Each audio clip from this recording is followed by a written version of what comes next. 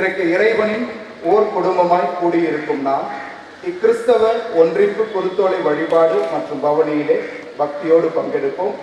இப்பொழுது நம்முடைய சாந்தோம் தேசிய திருத்தல பேராலயத்தின் அதிபர் மற்றும் பங்கு தந்தை அவர்கள் மூவொரு இறைவனுடைய திருப்பெயரால் இந்த வழிபாட்டு நிகழ்வுகளை துவங்கி வைப்பார்கள்.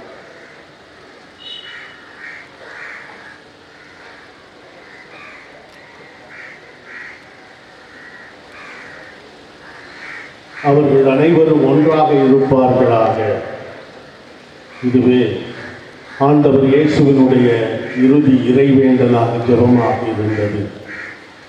அந்த வேண்டலின் வெளிப்பாடாக இன்று இயேசுவில், உயிர்த்த இயேசுவில் நம்பிக்கை கொண்டிருக்கிற கிறிஸ்துவ பெருமக்களாகிய நாம் நம்முடைய இறை நம்பிக்கையை அறிக்கையிடும் வண்ணம், உலகிற்கு வெளிப்படுத்தும் வண்ணம், நம்முடைய சீடத்துவ வாழ்க்கையினுடைய வெளி அடையாளமாக இந்த குருத்தோலை பவனியிலே நாம் பங்கேற்க இருக்கிறோம். பாடுகளின் குருத்தி ஞாயிறு என்று இந்த நாளை தாய் திரு அவை அழைக்கிறது.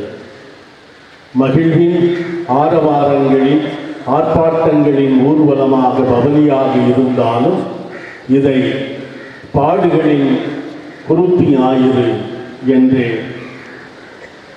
அறியப்படுகிறது. என்றால் இன்று தொடங்குகிற இந்த ஆரவாரம், ஆர்ப்பாட்டம், மகிழ்ச்சி இவையெல்லாம் நாள் கடக்க கடக்க இது துயரத்தின் இயேசுவினுடைய பாடுகளின் கல்வாரி மலை உச்சியின் அந்த பயணத்தை நமக்கு நினைவுபடுத்துவதாக இருக்கிறது. எனவே இன்று புனித வாரத்தை இந்த குருத்தி ஞாயிறோடு தொடங்குகிறோம். இந்த புனித வாரத்திலே நடக்கிற அனைத்து நிகழ்வுகளும் துயரச் சம்பவங்களாக இருந்தாலும் கூட இந்த துயரம், இந்த பாடுகள் உயிர்ப்பை நோக்கி நம்மை வழிநடத்துகின்றன என்பதை நினைவுபடுத்துகின்றன. மனிதர்களாகிய நாமும் நம்முடைய நிலைப்பாட்டிலே எப்படியெல்லாம் மாறுகிறோம் என்றாலும் இன்று ஓசானா பாடுகிற மக்கள் கூட்டம் பெரிய வெள்ளிக்கிழமை அன்று இவரை கொல்லும் என்று அவரை சிலுவையிலே அறைய தூண்டுகிற கூச்சலை எழுப்புவதையும் நாம் நினைவிலே கொள்கிறோம். இது நமக்கு மீட்பை பெற்றுத் தருகிற புனித வாரம். இறைவனுடைய அருளை, அவருடைய ஆசிரியரை இன்னும் அதிகமாக நமக்கு பெற்றுத் தருகிற வாரம். இந்த வாரத்திலே நாம் குறிப்பாக உலகத்திலே அமைதி நிலவ நடந்து கொண்டிருக்கிற வன்முறை வெறியாட்டங்கள் நிறைந்த இந்த உலகப் போர் நிறுத்தப்பட வேண்டும், அமைதியும் சகோதரத்துவமும் தழைக்க வேண்டும் என்று நாம் பங்கேற்கிற இந்த திரு நிகழ்வுகளிலே நம்முடைய முக்கிய இறைவேண்டலாக அது அமையட்டும். இந்த எண்ணங்களோடு நாம் சந்திக்க இருக்கிற பாடுகள், நம்முடைய மனித நிலைப்பாடுகள் ஒரு நாள் வாழ்க, இன்னொரு நாள் ஒழிக என்று மாறுவதையெல்லாம் இயேசு மாறாத நிலையோடு ஏற்றுக்கொண்டார். அவருக்கு ஓசானாவும் ஒழிகவும் ஒன்றாகவே இருந்தது என்பதை நினைவில் கொண்டு நம்முடைய வாழ்க்கையிலே நாம் சந்திக்கிற வாழ்க்கை அனுபவங்களையும் அப்படியே ஏற்று இதுவும் கடந்து போகும் என்கிற எண்ணத்தோடு இறைவனோடு இணைந்து, இயேசு ஆண்டவரோடு இணைந்து நாம் இந்த குருத்தோலை பவனியிலே பங்கேற்போம். எருசலேம் நகருக்கு குருத்து ஓலைகளை தாங்கி ஓசானா விடுதலை தாரும் என்கிற அந்த வார்த்தைகளை நெஞ்சிலே சுமந்து குருத்து ஓலைகளை கைகளிலே சுமந்து ஆர்ப்பாட்டத்தோடு நாமும் நம்முடைய எருசலேம் ஆகிய இந்த உலகத்திலே நமக்கு எருசலேமை நினைவுபடுத்துகிற நம்முடைய ஆலயங்களுக்கு பவனியாக செல்வோம். இந்த புனித மனநிலையோடு இந்த நிகழ்வுகளிலே பங்கேற்க அனைவரையும் அனைத்து கிறிஸ்துவ சபைகளை சார்ந்த சகோதர சகோதரிகளையும் அவர்களை வழிநடத்துகிற போதகர்களையும் நமது புனித தோமா தேசிய திருத்தல பேராலய பங்கின் சார்பாக மகிழ்வோடு வரவேற்கிறேன். இந்த நிகழ்வுகளை காட்சிப்படுத்துகிற நம்முடைய ஊடகவியலாளர்கள், பத்திரிகை துறை நண்பர்கள் அவர்களையும் அன்போடு வரவேற்று அவர்களுக்கு நன்றி கூறுகிறேன்.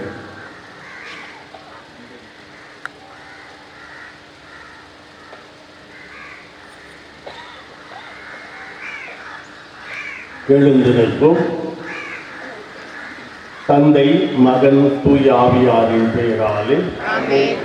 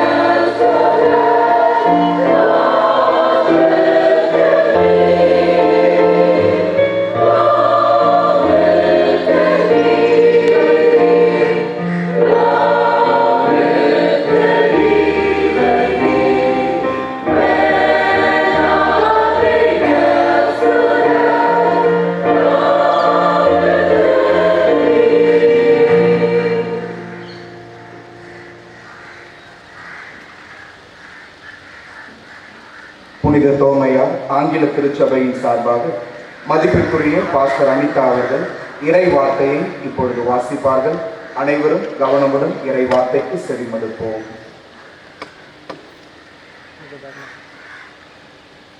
இந்த குருத்தோலை பவனிக்கு என்று தெரிந்து கொள்ளப்பட்ட வேத பாடம் பரிசுத்த மத்தேயு எழுதின நூல் 21வது அதிகாரம் வசனங்கள் 1 முதல் 11 வரை.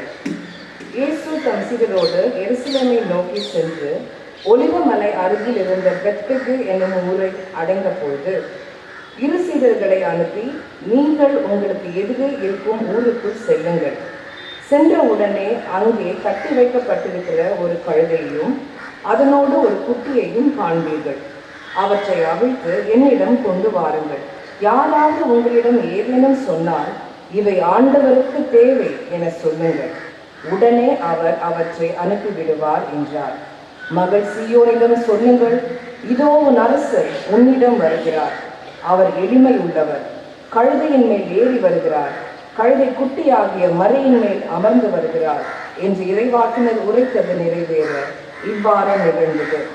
சீடர்கள் போய் இயேசு தங்களுக்கு பணிந்தபடியே செய்தார்கள். அவர்கள் கழுதையையும் குட்டியையும் ஓட்டிக்கொண்டு வந்து அவற்றின் மேல் தங்கள் மேலுடைகளை போட்டு இயேசுவை அமர செய்தார்கள். பெருந்திரளான மக்கள் தங்கள் மேல் உடைகளை வழியில் விரித்தார்கள். வேறு சிலர் மரங்களிலிருந்த கிளைகளை வெட்டி வழியில் பரப்பினர். அவருக்கு முன்னேயும் பின்னேயும் சென்ற கூட்டத்தினர், தாவீதின் மைந்தனுக்கு ஓசன்னா, ஆண்டவர் பெயரால் வருகிறவர் பேறு பெற்றிருக்க, உன்னதத்தில் ஓசன்னா என்று சொல்லி ஆர்ப்பரித்தனர். அவர் எருசலேமுக்குள் சென்றபோது நகரம் முழுவதும் பரபரப்படைய, இவர் யார் என்னும் கேள்வி எழுந்தது. அதற்கு கூட்டத்தினர், இவர் இறைவாக்கினர் இயேசு, கலிலேயாவில் உள்ள நாசரத்தை சேர்ந்தவர் என்று பதிலளித்தனர். வாசிக்கும்படியாக தெரிந்து கொள்ளப்பட்ட வேத பாடம் வாசித்தாயிற்று. கிறிஸ்துவே உமக்கே மகிமை உண்டாவதாக. ஆமென்.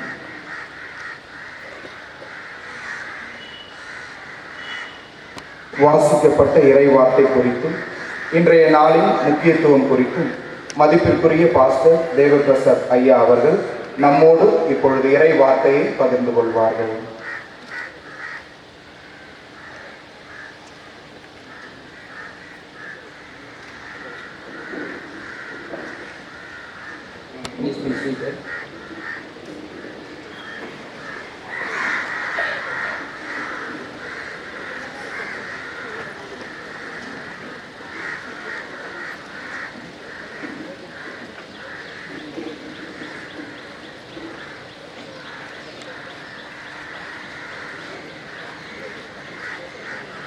பிதா குமாரன் தூயாவின் திருப்பெயரினாலே ஆமென்.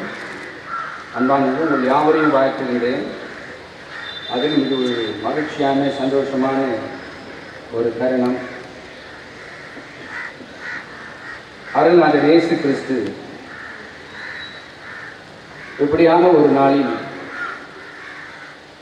எருசலேமை நோக்கி பவனியாக சென்றார்.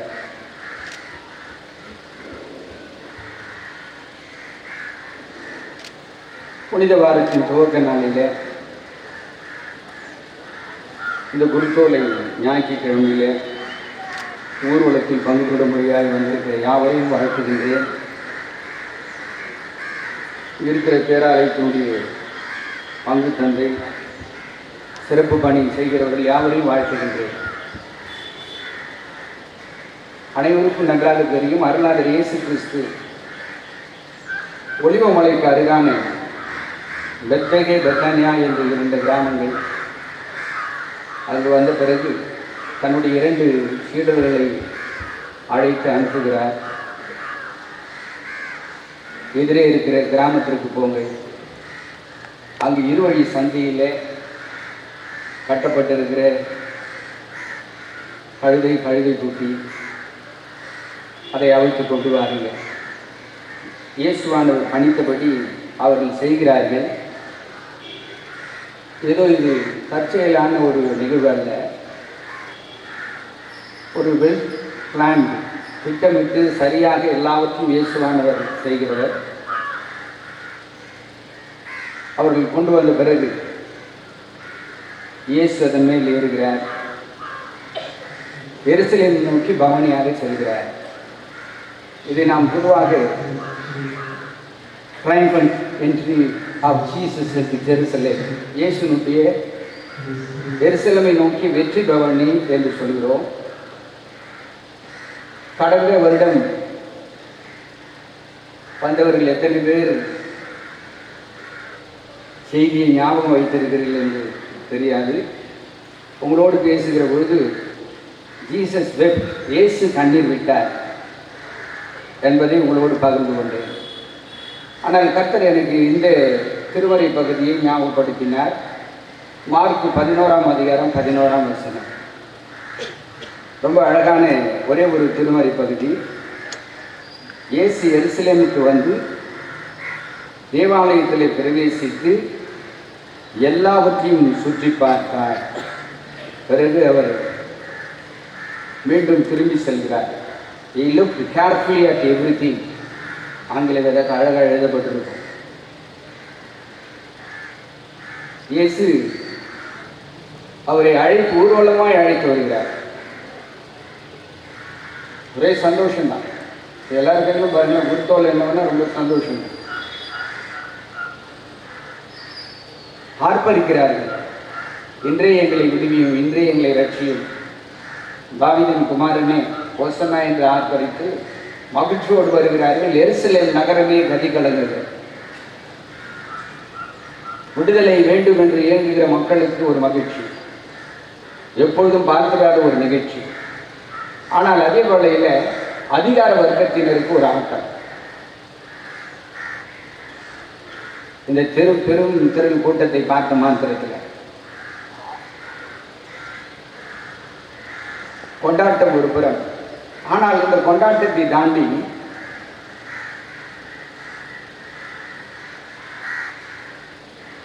நாம் அதிகமாக உணர்ந்து கொள்ள வேண்டிய உண்மை, இயேசுவானவர் பவனியாக வந்து எருசலேமுக்குள் நுழைந்தார். அதோடு நின்று விடுகிறோம். அதை கடந்து ஆழமாய் பார்க்கிற பொழுது he entered into the temple. அவர் ஆலயத்தில் உள்ளே பிரவேசிக்கிறார். he looked carefully at everything. அங்க இருக்கிற எல்லாவற்றையும் பார்க்கிறார். மனுஷன் எப்பொழுதும் புறத்தோட்டத்தை மட்டும் பார்த்து எடை போடுகிறவன், 1 சாமுவேல் 16:7 ஆனால் இயேசுவின் பார்வை ஆழமானது. நமது நோக்கங்களை, நமது மனப்பான்மையை, நமது ரகசிய வாழ்க்கையை, எல்லாவற்றின் தேவைகளை எல்லாவற்றையும் அறிந்தவர். ஆகவேதான் எபிரேயர் 4:13 அவருக்கு மறைவானது ஒன்றுமே இங்கு அமர்ந்திருக்கிற ஒவ்வொருவரையும் நம்முடைய நினைவுகள், சிந்தனைகள், எண்ணங்கள், தேவைகள் எல்லாவற்றையும் அறிந்தவர், எல்லாவற்றையும் பார்க்கிற கடவுள். அதை அவர் சுற்றி பார்க்கிறார். ஆலயத்தினுள் சென்று ஆழ்ந்து சிந்தித்தோம் என்றால் அவர் பிரசங்கம் செய்யவில்லை, அவர் போதிக்கவில்லை, அவர் சென்றவுடன் உள்ளே அற்புதத்தை செய்யவில்லை. அந்த பவனி திருநாளில் அவர் ஆலயத்தை கூட அன்று நாளில் அவர் சுத்திகரிக்கவில்லை. ஆனால் ஒரு பார்வை பார்க்கிறார். இயேசுவின் பார்வையில் ஆழமான அர்த்தம். எல்லாவற்றையும் சுற்றி பார்க்கிறார். பார்த்ததோடு நின்று விடாமல் அவர் திரும்பி பெத்தானியாவிற்கு போனார் என்று மார்க் 11:11 வாசிக்கிறோம். அவர் சுற்றி பார்த்த பிறகு he returned back to Bethany. திரும்பி பெத்தானியாவுக்கு போய் எங்கிருந்து வந்தாரோ அங்கு திரும்பி செல்கிறார். காரணம், அங்கு ஆலயம் இருந்தது, கட்டிடம் இருந்தது. ஆனால் ஆலயத்தில் பக்தி இல்லை, பரிசுத்தம் இல்லை, கடவுள் பயம் இல்லை. அன்றாடம் நடைபெறுகிற எருசலேம் தேவாலயத்தில் பலி இருந்தது, ஆனால் மனம் திரும்புதல் இல்லை.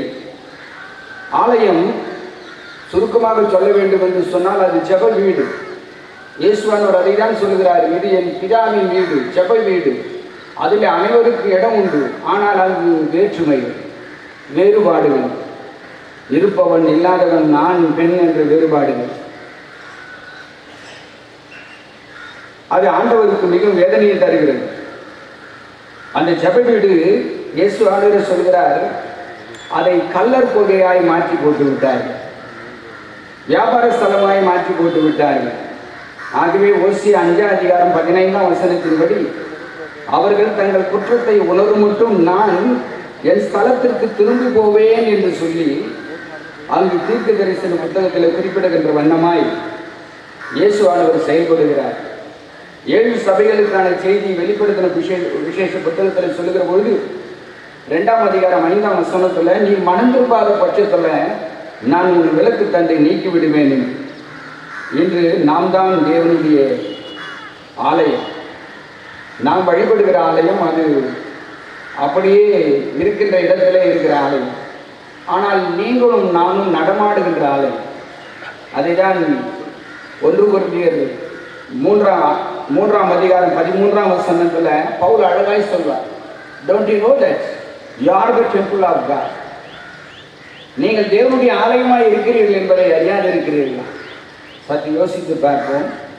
பவனிக்கு செல்ல போகின்ற நாம், பவனியில் பங்கு பெற போகின்ற நாம், புனித வாரத்தை தொடங்கி இருக்கின்ற நாம்,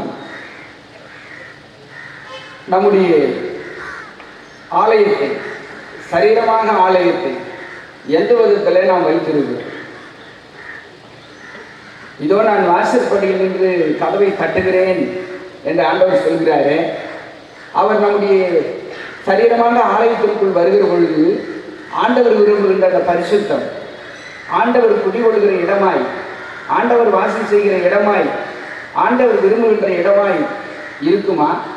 இல்லை எருசலேம் தேவாலயத்தை அவர் பார்த்த பொழுது அதை பார்த்து வேதனையோடு அவர் அங்கு இருக்கிற அசிங்கத்தை, அவமானத்தை, அவபக்தியை எல்லாம் இருக்கிறது.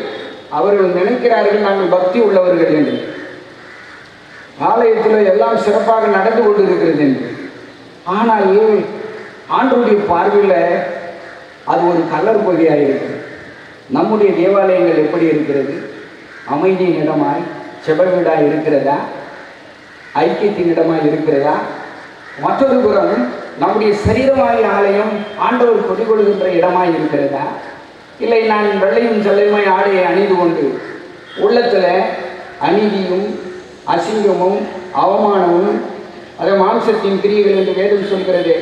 விபச்சாரம், வேசித்தனம், களவு, காமவிகாரம், வன்கண், பொறாமை, தூஷணம், மதிக்கேடு, இப்படிப்பட்டவர்களை எல்லாவற்றையும் செய்து கொண்டு நானும் கிறிஸ்தவன், நானும் கடவுளுடைய பிள்ளைகள் என்று வாழ்கிறோம். அப்படி வாழ்வோம் என்றால் எத்தனை புனித வாரம் வந்தாலும், எத்தனை பெரிய வழி வந்தாலும் அதனால் நமக்கு ஒரு பிரயோஜனம் இல்லை. ஆண்டவர் சிலுவையில் மரித்து ரத்தத்தை சிந்தி இந்த உலகத்திற்கு உங்களுக்கும் எனக்கும் மீட்பை கொடுத்தது அது வீணான காரியமாக இருக்கும். நம்மில் அநேகர் ஏன் சுகப்படுவதில்லை? அநேகர் ஏன் ஸ்திரப்படுவதில்லை? அநேகர் ஏன் கேட்பதை பெற்றுக்கொள்வது முடியவில்லை? ஆண்டவரிடத்தில் தவறு இல்லை, நம்மிடத்தில் தான் தவறுகள் இருக்கிறது. ஏன்னா கடவுள் வாக்கு கொடுக்கிறார், என் பிள்ளைகள் நன்றாக இருப்பார்கள் என்று. அவர் பொய் உரைக்கிற தேவனா? இல்லையே. நம்மையே நாம் பரிசோதனை செய்து பார்ப்போம். இயேசு ராஜா நம்முடைய வாழ்க்கையில் என்று வருவார் என்று சொன்னால், என்னுடைய ஆலயம், என்னுடைய வீடு, என்னுடைய குடும்பம், என்னுடைய தனிப்பட்ட வாழ்க்கை, என்னுடைய சரீரம் ஆண்டவர் பார்த்து மகிழ்கிற இடமாய் இருக்குமா? வேதனையான காரியமே அந்த வேதத்தில் நான் யோசித்தேன். ஆண்டவர் ஆலயத்தை பார்த்து விட்டு திரும்பி போகிறார். அது எவ்வளவு வேதனை! நம் இல்லங்களில் தங்குவாரா? நம்முடைய சரீரமாக ஆலயத்தில் தங்குவாரா? அதுதான் உண்மையான. இல்லை என்றால் மறுநாள் நடைபெற்ற நிகழ்ச்சி தான். அவர் சாயங்காலமான பின்பு பெத்தானியாவுக்கு திரும்பி சென்று மீண்டும் வந்து சாட்டை எடுக்கிறார். எந்த வாழ்க்கை வேண்டும்? ஒரே ஒரு நிமிடம் இருக்கின்ற இடங்களில் கண்களை மூடுவோம். நாம் யார் எப்படிப்பட்டவர்களாக இருந்தால் என்ன குறைகளாக இருக்கட்டும், தேவைகளாக இருக்கட்டும், கடவுள் நம்முள் வாசம் செய்கிறார். அவருக்கு தேவை நம்முடைய பணம், பொருள், புகழ், பகட்டு, ஆடம்பரங்கள் அல்ல, சின்ன இருதயம் தான். அதை அவருக்கு கொடுக்கிற பொழுது, வாசம் செய்கிற கண்ணுகிற இடமாய் வைக்கிற பொழுது, ஆண்டவர் நம்முடைய இல்லத்தில், நம்முடைய உள்ளத்தில் வந்து தங்கி சதாகாலம் இருக்கிற இடமாய், ராஜாவாய் சிம்மாசனம் விட்டு நம் வாழ்வில் இருக்கிற பொழுது அதுதான் ஒரு பெரிய ஆசீர்வாதம். இல்லை இந்த நாளில் அவர் நம்மை பார்த்து துக்கத்தோடு திரும்பி செல்வார். அப்படி என்றால் ஆண்டவரிடத்தில் கேளுங்கள், சொல்லுங்கள், ஆண்டவரே, இத்தனை நாள் நான் வாழ்ந்து என் வாழ்வுக்கு முற்றுப்புள்ளி வையும். புனித தோமையர் ஆண்டவரை உமக்காய் இரத்த சாட்சியாய் மரித்த பகுதியிலே நாங்கள் வாழ்ந்து கொண்டிருக்கிறோம். இன்றும் அவருடைய ரத்தம் பேசி கொண்டிருக்கிறது. எங்களையும் உங்களுடைய ஆசீர்வாதத்தின் கருவியாக நாங்கள் வாழுகிற உண்மையற்ற, நீதியற்ற, நேர்மையற்ற, ஆண்டவரே பிரிவினை நிறைந்த இந்த உலகத்தில் இயேசுவை நாங்கள் வாழ்ந்து காட்ட வேண்டும் என்று சொல்லி, நீங்கள் யாராக இருந்தால் உங்களை ஆண்டவருடைய வாழ்க்கையில் உங்களுடைய சரீரமாக ஆலயத்தில் அவர் தங்குபடியாக நீங்கள் உங்களை சுத்திகரித்துக் கொள்கிறவர். இயேசுவின் ரத்தம் நம்மை சுத்திகரிக்கும். என்று உங்களுக்கு ஆசீர்வாதமான நாள், என்று உங்களுடைய வாழ்க்கையில் மறக்க முடியாத நாள். ஆண்டவர் சொல்லுவார், என் மகன், என் மகள் என்று. நன்றி தகப்பனே, நீ எல்லோடு பேசியதற்காக ஸ்தோத்திரம். உங்களுடைய வார்த்தையை நம்பிய ஒவ்வொருவரையும் ஆசீர்வதி. இயேசு கிறிஸ்து மூலம் செபிக்கிறோம் பிதாவே, ஆமென்.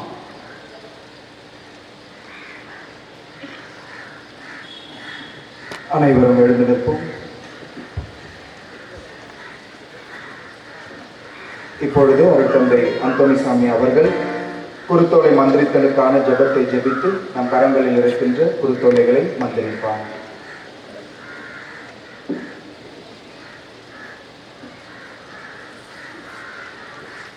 நாம் அனைவரும் குருத்தோலைகளை உயர தூக்கி பிடித்து ஆண்டவர் ஆஸ்வதிப்படி ஆண்டு ஜெபத்தில் நாம் ஒன்று செய்வோம். எல்லாம் வல்ல இறைவா, நீ எருசலேமில் நுழைந்த பொழுது மக்கள் கூட்டமை ஆர்ப்பரித்துமை போற்றியதைப் போல உம்முடைய நம்பிக்கையாளர்களாய நாங்கள் இந்த காலை நேரத்திலே உம்மை போற்றி போல கூடி வந்திருக்கிறோம். எங்கள் கரங்களில் இருக்கிற இந்த குருத்தோலைகளை நீர் ஆசீர்வதித்து அர்ச்சித்து புனிதப்படுத்தியதும் உமது மகிமையின் பெற்றி எங்கள் உள்ளங்களில் தங்கியிருப்பதாக. ஆண்டவராய் இயேசு உங்களையும் நீங்கள் பிடித்திருக்கும் குருத்தோலைகளையும் ஆசீர்வதித்து புனிதப்படுத்துவாராக. தந்தை, மகன், தூய ஆவியாரின் பெயராலே ஆமென்.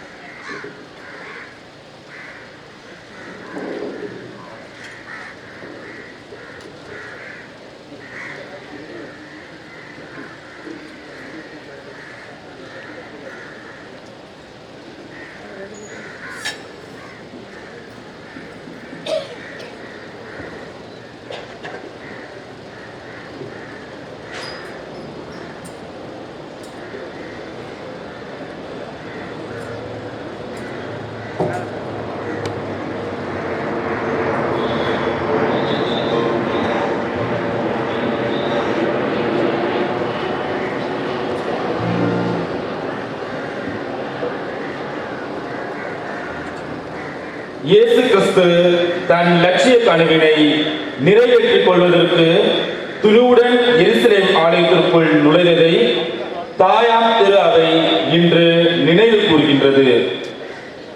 புனித வாரத்தின் தொடக்கமாகவும் நுழைவு வாயிலாகவும் குருத்து ஞாயிறு அமைகின்றது. நமக்கும் தீமைக்குமான போராட்டத்தில் தீமையை அழித்து நன்மையை நிலைநாட்ட துணிவு கொண்டு தன்னையே வெறுமையாக்கி அந்த வெறுமையின் நிறைவு காண துடிக்கின்றார் நம் தலைவர் இயேசு கிறிஸ்து. விடியலுக்காய் ஏங்கிய விளிம்பு நிலை மக்களுக்கு இயேசுவின் இந்த எருசலேம் பயணம் புத்துயிரையும் புதிய நம்பிக்கையும் தருவதாக அமைகின்றது.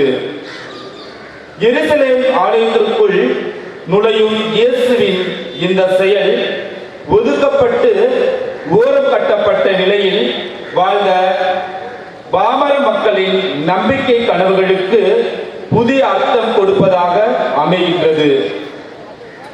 இயேசு எருசலேமுக்கு சென்றபோது மக்கள் அவரை ஆர்ப்பரிப்போடு வரவேற்றார்கள். ஒலிவ கிளைகள் ஏந்தி தாவீதின் மகனுக்கு ஓசன்னா என்று பாடி மகிழ்ந்தனர். தனது போர்வைகளை விரித்து இயேசுவை ஒரு கழுதை குட்டியின் மீது அமர வைத்து அழைத்து சென்றனர். இயேசு தன்னை போர் வீரராக முன்னிலைப்படுத்தாமல் அமைதியின் அரசராக சென்றார். எனினும் இறையாட்சியை முன்னிட்டு பலியாகும் செம்மறியான தன்னையே அர்ப்பணித்தார். எனவே இந்த புனிதமான நாளில் நாம் நமது கரங்களில் குருத்து மடல்களை ஏந்தி ஓசன்னா கீதம் பாடுவோம். நம்மிடம் உள்ள ஏற்றத்தாழ்வுகளை களைந்து இறைவன் விரும்பும் புதிய சமுதாயம் படைக்க முற்படுவோம்.